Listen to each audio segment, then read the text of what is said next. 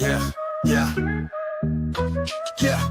Shark in the gun, got the knowledge for the college. Football show breaks down the odds of scholars. 3-unit bangers, stacking cheddar like towers. Ride the wave to fame, flex in the midnight hours. 9 words of lifestyle, spitting flames, no pity. Dominate the board like kings, ruling the city. Sports, gamble, and hustle. Money moves so gritty, cashing tickets every Friday. Life looking pretty, ride the wave. Feel the rush, hit the game. Shark in the gun, setting fire to the name. 3-unit bangers, stacking chips, no shame. Friday night sports kings claiming that fame. Analyze stats, break bread, no sweat. 3-point spreads, risk life, major bet. Cash in pockets, feel. On a suddenly not so casual Tuesday in December, it is the final day of the year, New Year's Eve 2024, CFP Knowledge for College, playoff round 2. Happy New Year's, everybody. It is the Shark. It is the Gun. A lot of conversation we had. GunzPicks. What's going on, brother? Yeah, it is New Year's Eve, and we have college football playoffs sitting in front of us, and we got the first taste here tonight at 7:30 p.m. East Coast. And I just want to wish you and yours a very happy new year. We are going to go into 2025 with the absolute electric content on the planet, including more college football, more NFL, and yes, college basketball will be kicking off here in 2025 with myself and the Shark on the channel once the season is over. But I'm ready to talk a little college football, meaningful college football for that matter, with implications on the line for the national championship. Shark, let's do it.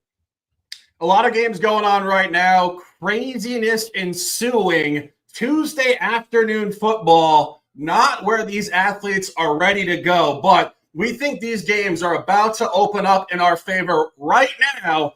And opening up the box of chocolates, if you will, the CFP playoff on New Year's Eve. I'm hyped for it.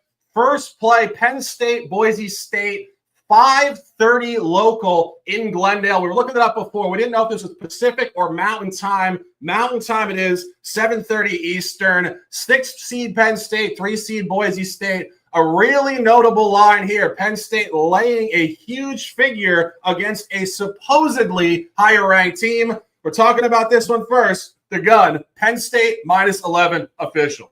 Yeah, Boise, I think going back to where the Statue of Liberty play and Boise State established themselves as a college football team at the Fiesta Bowl, if you remember that far back. But I think there's going to be a different scenario here in Phoenix, Arizona here today. And when you look at these two teams, you got Boise. What do they love to do? Ashton Genty, run the football. 3rd in rush yards per play, 6th in rush yards per game, but they're going against a Penn State defense that is great against the rush, top 10 for that matter, 9th in opposing rush yards per play and 7th in opposing rush yards per game. And while Boise State does have a good rush defense, their weak point is their pass defense. They give up their 63rd in opposing pass completion percentage, 82nd in pass yards per play, 113th in the country in pass yards per game to opponents. And while Penn State loves to run the ball, they have a good 1-2 punch in the backfield. They can pass the ball with Drew Aller there. Their offense is ranked 11th in pass completion percentage, 11th in pass yards per play, and 51st in pass yards per game. Now, Boise, yes, are 12-1 on the year, but their biggest wins were against what? UNLV twice. They did have a close loss to Oregon that everybody's talking about. All the media pundits are just banging it around, but you got to remember, this was an week 2 Oregon team. This was an Oregon team that was still learning how to run an offense with Dylan Gabriel in the back, running it under center. You remember, this team struggled against Idaho the week prior before this game, so keep that in mind when you're looking at the betting one side or the other. With Penn State's 2 losses, credible losses, right? You had 2 teams in their prime with an Ohio State team and an Oregon team, including the Oregon team in the conference championship last week, where they hung with that team tooth and nail, but made a few mistakes to make them get that loss, but they only lost by 1 possession. If you look at Penn State's strength of schedule, they have the edge in this one. 23rd in toughest schedule, where Boise is 77th in toughest schedule this season. And then you got to compare what happened. They have a common opponent in Oregon. You have a Boise offense that put up 34 points and 369 yards of total offense, but had a great punt return on 1 drive and 2 fumble recoveries in Oregon territory that led to 21 points, which led them to keep that game close. Penn State, on the other fact, 518 yards of total offense against Oregon, 37 points, outgained Oregon by 52 yards. And then Oregon's results were aided by an interception that took it down to the Penn State one, a missed field goal that led to a touchdown, and then they had a late INT to end the game. That was a 14-point swing on those type of errors. So if Penn State didn't have those errors, they might have won that championship game. Penn State is coming into its own now. You've seen this team play their best. You saw it against SMU where they absolutely dominated them left and right. And I think we're going to see a similar factor. If they can stop the run, which Penn State can, and make Boise one-dimensional, that is in an uncomfortable spot here for Boise. So, and Penn State has a pretty decent pass defense as well. So, yeah, I'm going to take the double-digit favorite here with Penn State at -11, -11.5. I think they win by margin here, folks. Penn State, -11 as the play. Yeah, I mean, you're bringing up a ton of great points there. I don't have an official on this game, but I do want to just elaborate on that point regarding Boise State competing incredibly well at Oregon in week 2. As you mentioned, Oregon really was awful against the spread in the first 5 weeks. We'll touch on that later when we talk about the Rose Bowl. 1-4 in their first 5. So we talk about this all the time.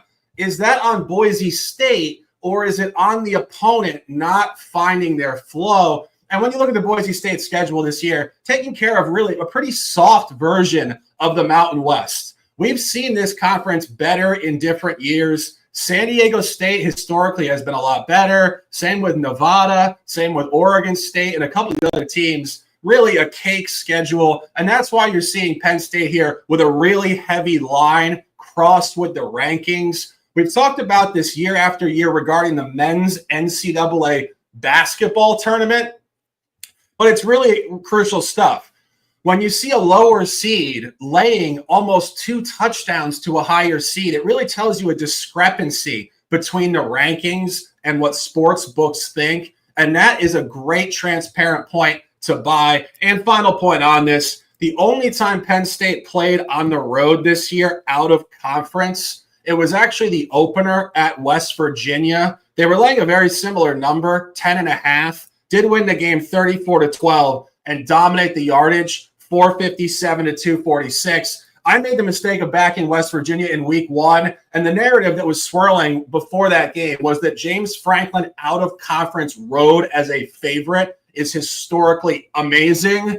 Guns is on it. We're having a hell of a night here on New Year's Eve. Buy Penn State and let's dominate. I want to give you guys a shout in the chat. Timos, what's up, brother? Bruno Moreira, not in Costa Rica, Guns, in Portugal, just to clarify. Happy New Year, brother. I know it's approaching midnight over there. Us in the United States, we always think of ourselves being the beginning on the East Coast. We're actually at the total back end of the world time scope. It's actually New Year's Day across the world. We're still here in 2024. We see you guys across the world in 2025. Peter, what's up, brother? Exactly, says gentlemen. I say gentlemen, exactly. Let's dominate. Talking about 1 o'clock tomorrow, New Year's Day it will be. Texas, Arizona State at 1 o'clock in Atlanta. Interestingly enough, second game in this stadium for Texas in the last 3 games, having played the SEC championship here against Georgia a few weeks ago. So we talked about this coming into that game, and we said, interestingly enough, on that, Georgia was in their second game this year at Mercedes-Benz Stadium, finding familiarity, and they won. Now, Texas is finding their second game in this stadium, and I think they will find familiarity. An incredibly noteworthy line here at -12.5. However, the Gun opening this conversation with the total under 51.5. Yeah, I really think this is going to be a low-scoring affair. If you're dealing with anything with Texas, when they want to win or they dominate a game, they got to keep the scoring low. And I think you can with this Arizona State team because why? They're a run-oriented team. They run everything through Cam Scatabo, and they're 11th in rush play percentage, 38th in rush yards per play, and 18th in rush yards per game. But they're going against a Texas defense that's one of the best in the country on both sides of the ball, the rush and the pass. 8th in opposing rush yards per play, 9th in opposing rush yards per game, and their pass defense is elite as well. Number 1 in opposing pass yards per play, 2nd in opposing yards per game, and they have a good a pass rush, 12th in QB sack percentage. And Arizona State's defense has some vulnerability in the passing game. I'll give them that, but they are pretty decent in the running game. But when I focus on this game, I just want to look at the total. Let me tell you why. Texas is second in opposing scoring this year, where Arizona State is ranked 21st in opposing scoring. So not bad on both sides of the ball. Looking at the numerical numbers of how the book set this one, Texas is 2-0 to the under on neutral sites this year. They've already played 2 neutral site games. They're also 3-1 to the under away from home, their home stadium, and they're 8-1 to the under when the total is 50 points or more. Also got to look at Arizona State on the other side, 4-0 to the under when they are a dog of 4 points or more as well. So while I look at this game, everything's offensively, it's going to look a little bit different than what you saw in the conference championship. They did do well versus Iowa State, even without their top wide receiver, Jordan Tyson. But that was against an Iowa State defense that was so susceptible and vulnerable in the rush. They took advantage of that one. I just don't think you're going to be able to do this with an elite, high caliber defense that Texas brings to the table, which means you need 2 teams to score a ton of points to get over this total. I don't think it's going to happen here. That's why I like the under in this game. So give me Texas, Arizona State under the total, 51.5 as the play. Yeah, I'm dropping a half unit official on Texas at minus 12.5. And just going through this, as Guns was talking about it, and as I was looking at it initially here, this is just an incredible line number. We're just discussing Penn State at 6, laying this number to 3. This is 5 laying to 4. These teams are supposed to be equally graded, and it has that similar strength point. And I think that's a really nice cross-reference. When you go back to the previous round, Texas was laying 12.5 to Clemson. So you go back to a weaker opponent in a weaker round on this number. Now you come to round 2 against a better team, supposedly, laying the same figure. That's the books telling you it has relative strength. And as I mentioned, this is their second game in this stadium in 3 weeks. Might as well be their home away from home at this point going into January. They're going to feel comfortable in this stadium. And you get Arizona State playing at a very early kick time versus their body time coming from Arizona. And if you actually look at these teams' schedules, it's really not even close in terms of strength of schedule. Texas this year on the road has been, I would say, average, but crossed with the opponent quality, very good. Week 2 at Michigan. At the time, Michigan was ranked 10 in the country, 31-12 blowout. That was really kind of the coming out party for this year's Texas team. People were still kind of high off Michigan. Harbaugh had left. They thought Michigan would beat them. Michigan was a favorite in the game, or a small dog, excuse me. And Texas just rocked them at the big house. Then you go a little later on, their first true SEC road game. They beat Vanderbilt by 3. But a lot of people at that point were really not in tune with just how good Vanderbilt was and is. So I don't think that really is a bad non-cover, 27-24. I think, if anything, it's actually an impressive win. And then you go to Arkansas. Arkansas was very scrappy all year, 10-point win. I'm impressed. At A&M, a 10-point win, also as a small favorite. I'm impressed yet again. That's a very, very difficult road schedule. And if you look at Arizona State, if we're being perfectly honest, nobody expected Arizona State to even be close to the college football playoff this year. And that is really accentuated by the fact in their first road game of the year, they were actually an underdog at Texas State out of the Sun Belt. That's what books thought of this team in week 3. And now they're in the college football playoff. And if you really go through their schedule, they really got the bottom half of quality in the Big 12. They didn't play really anybody in the Big 12 this year. They were very fortunate to catch Utah in an extremely injured environment. They caught BYU late after BYU had peaked early. They caught a really weaker version of Kansas State late after Kansas State had peaked early. And as Guns mentioned, they hammered Iowa State in the Big 12 championship game. Same thing. Iowa State not that great all year. And just a couple other points on this. UCF was very down this year. Arizona, after peaking last year, was horrendous this year. Cincinnati, mediocre. Oklahoma State, one of their worst teams in years. Texas Tech down. And Kansas was not finding it early season. Out of all the teams remaining in the playoff, Arizona State is the most fraudulent team by a mile. Taking it for a half unit, frankly, because it's 1 o'clock on New Year's Day and I don't feel like sweating $2,000 here, but it is an official play. Take Texas, strong number, and the under from the gun, 51.5. Next game tomorrow afternoon, 5 o'clock. I'm going to flip the hat around here. The Rose Bowl game. Guns, give me the intro. Oh, Nelly, welcome to Pasadena, California, where we have the Rose Bowl, the granddaddy of them all, where we have Ohio State Buckeyes going up against the Oregon Ducks. We should have ourselves a beautiful football game today. There you go. And it will be a beautiful football game. The Gun on the over at 55.5. I have the side. Guns, take a sip of that coffee, that beer, whatever the hell it is. Talk to me on the over. A little double espresso here to get my juices going here on a New Year's Eve. But let's talk about the total here, because really, you're looking at one of the best defense, if not the best defense in college football with Ohio State. They are first in opposing scoring, opposing yards per game, opposing yards per play, and opposing red zone scoring. But they're going against an Oregon team that has just found success scoring points, right? They're 6th in offensive scoring, 12th in offensive yards per play, 5th in opposing yards per play, and they're 50th in offensive red zone percentage. But when you look at the total here, you got to look at the correlation. The last time these two teams met, it was 32-31, and the total was 54.5 in that game, so it did go over. Now you're seeing the total here, 55.5 on a neutral field. Oregon's offense put up 35 points or more in 6 out of the last 7 games, while you look at Oregon put up 45 versus a Penn State team that is ranked 3rd defensively in the Massey Power Rankings. So it doesn't matter how good the defense is. Oregon will find its way to points.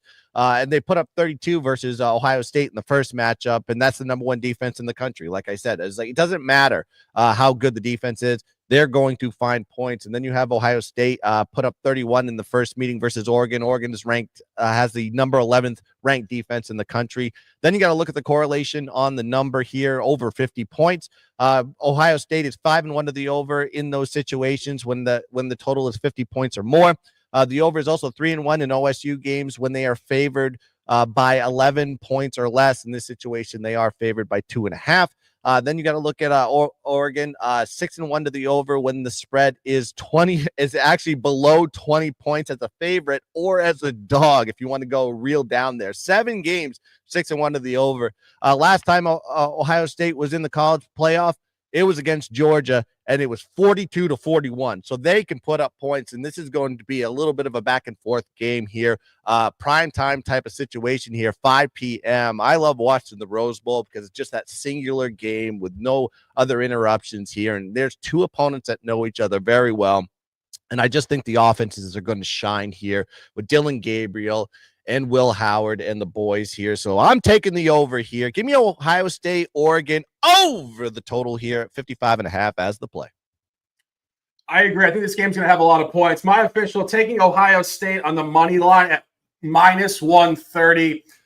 A lot going on in this game, but really when you hone in on Ohio State, I feel like they're finally showing the quality they have. I think they're the best team in the country. I think they're going to win the national championship. And if you really look at what this team is doing, 11-2 straight up, 8-5 ATS. But last week's game really showed you who they are.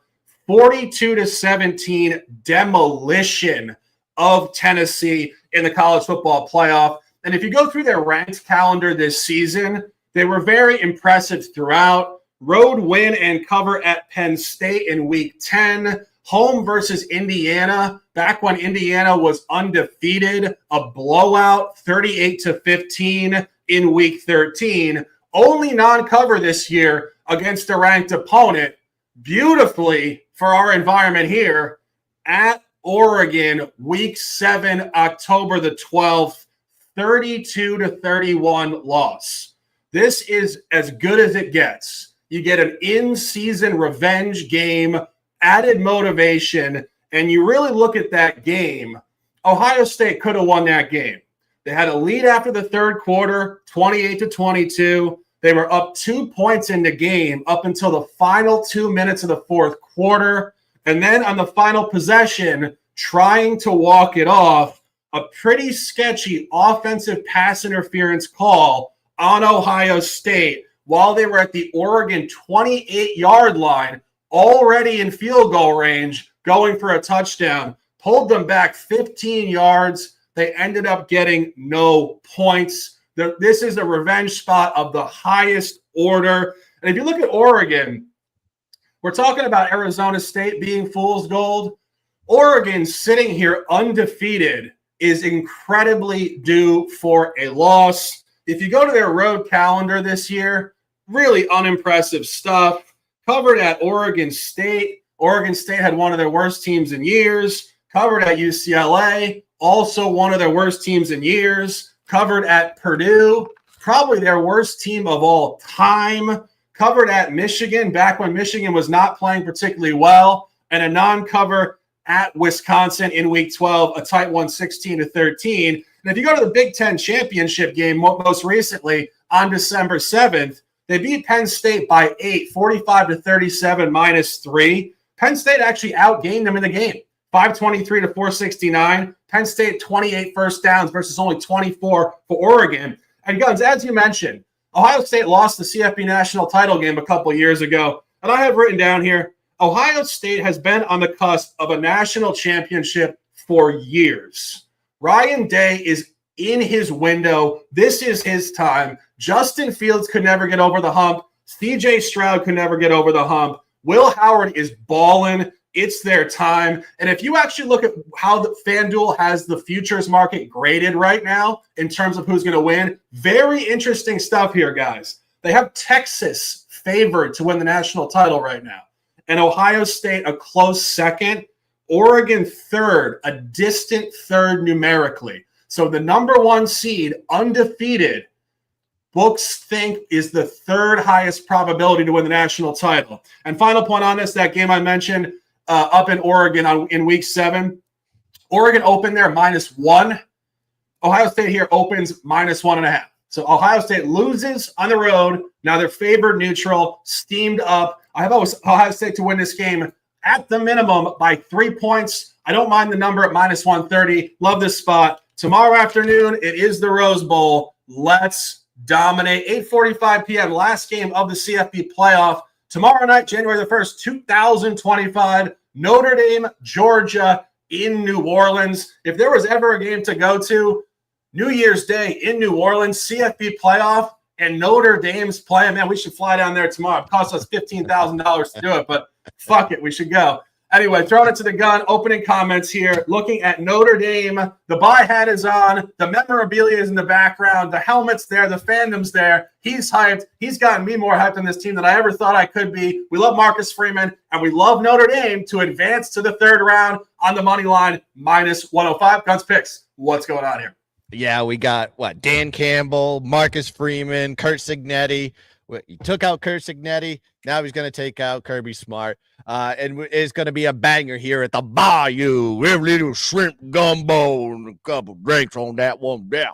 And then we got it at 8:45. It's going to end up being the final game in the quarterfinals here. And then we have you got to look at the defenses for both teams. Notre Dame's defense has been their strength all year. They're third in opposing scoring, 6th in opposing yards per game, 4th in opposing yards per play, and 10th in opposing red zone percentage. And then you got to look at the UGA defense. They're not great numbers, in my opinion, from what we've seen from UGA teams in the past. 24th in opposing scoring, 43rd in opposing yards per game, 41st in opposing yards per play, and 54th in opposing red zone scoring percentage.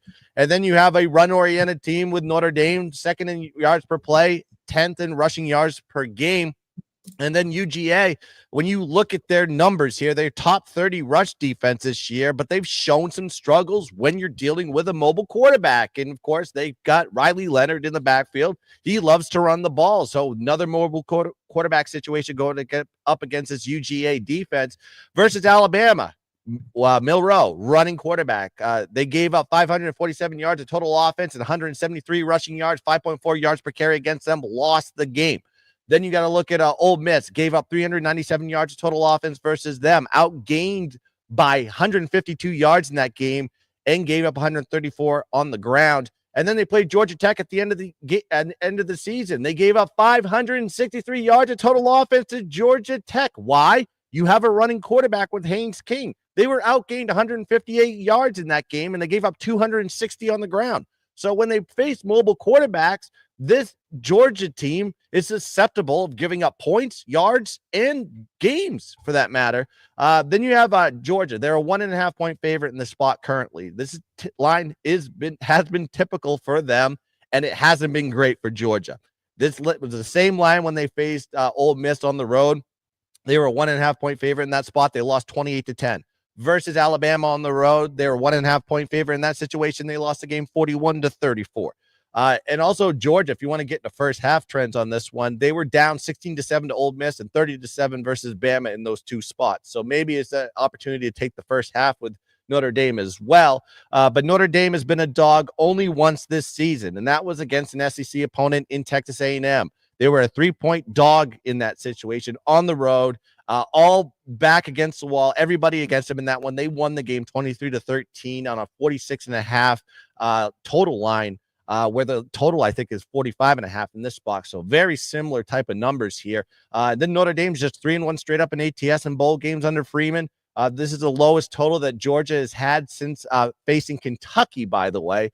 And they barely beat Kentucky. And you know how bad of a team Kentucky was. They won that game 13-12, and they were outgained by 22 yards in that game. I just think the perception of Notre Dame is, oh, they played a weak schedule, right? Oh, they haven't really beat anybody yet. It's like, well, they've taken every single opponent that's been in front of them, other than Northern Illinois, which everyone brings up to me every time we talk about Notre Dame. Oh, they lost to NIU.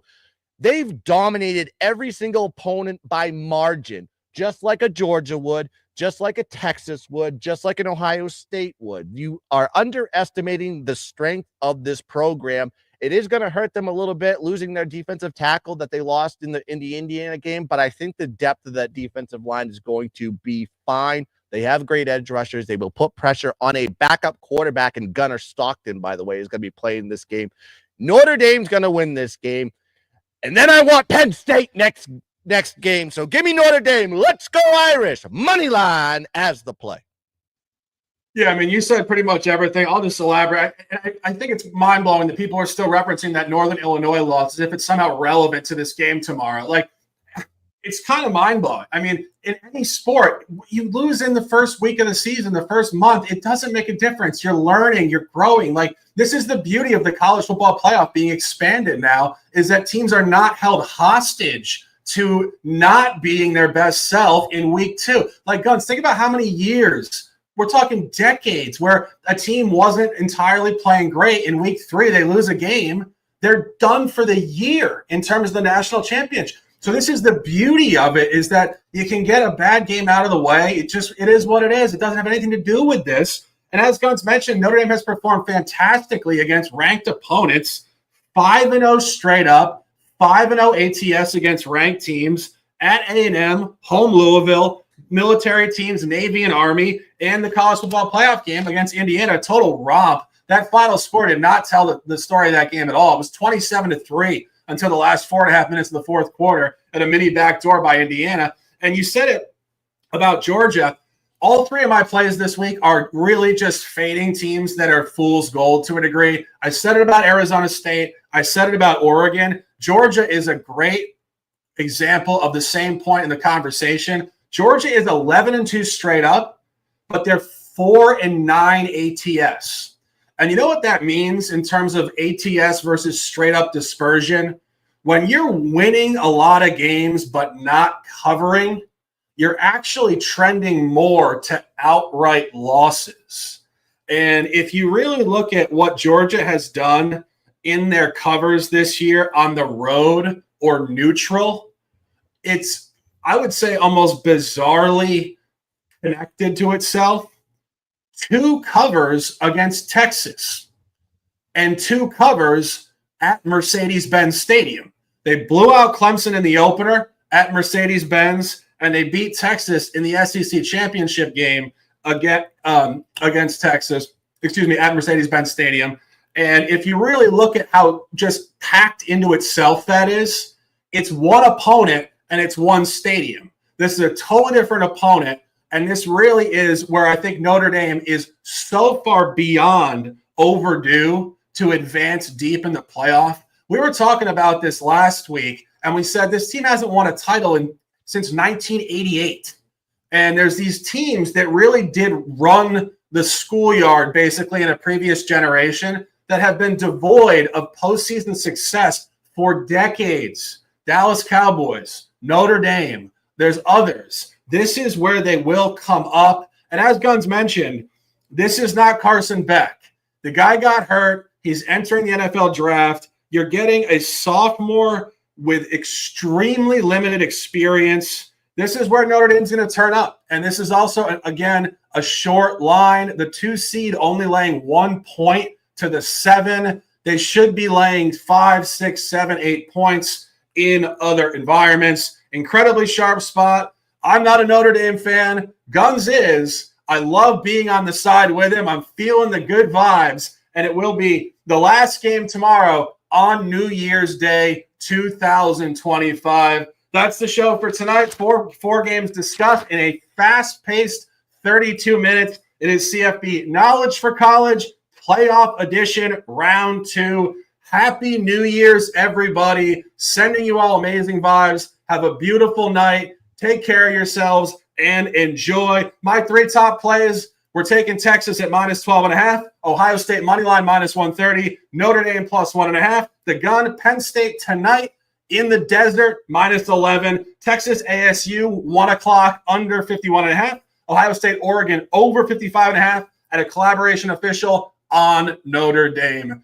We appreciate you guys immensely. 2024 has been an amazing campaign. College football, pro football, basketball, baseball, conversation wins. It is Sharky Waters Nation. It is the GunzPicks channel. We love you guys immensely. I'm basically giving the screen a hug right now because I really appreciate what we have going on here. It's extremely positive energy. Guns, a pleasure as always. Closing out with some words, and let's dominate. Yeah, shout out to everybody in the chat. Just want to wish you a happy new year once again. And man, do we have some electric games. And I'm going to be sweating all the way through New Year's, especially with my Irish going up against there. All the way. Also, Brian Kelly has some disparaging comments to say about Notre Dame and said they have no shot against Georgia. So I want to shove it right up his ass too. So screw Brian Kelly and everything he's doing over there in LSU. But I digress. That's going to do it here. Just make sure you check out all the content that's coming out on the GunzPicks channel and check out all the content that's coming out on the Sharky Waters Nation channel. We'll be back to do some NFL work. And then we'll be back probably for one or maybe even 2 more for the college football playoff as we progress down the road to dominate the board. So shout out to LVCC, Bruno, T-Moss, exactly, Peter Grasnia, and all you beautiful bastards. Happy New Year. Let's cash some tickets. Let's dominate the boat. And as always, see you in 2025. Let's keep dancing. Bye-bye.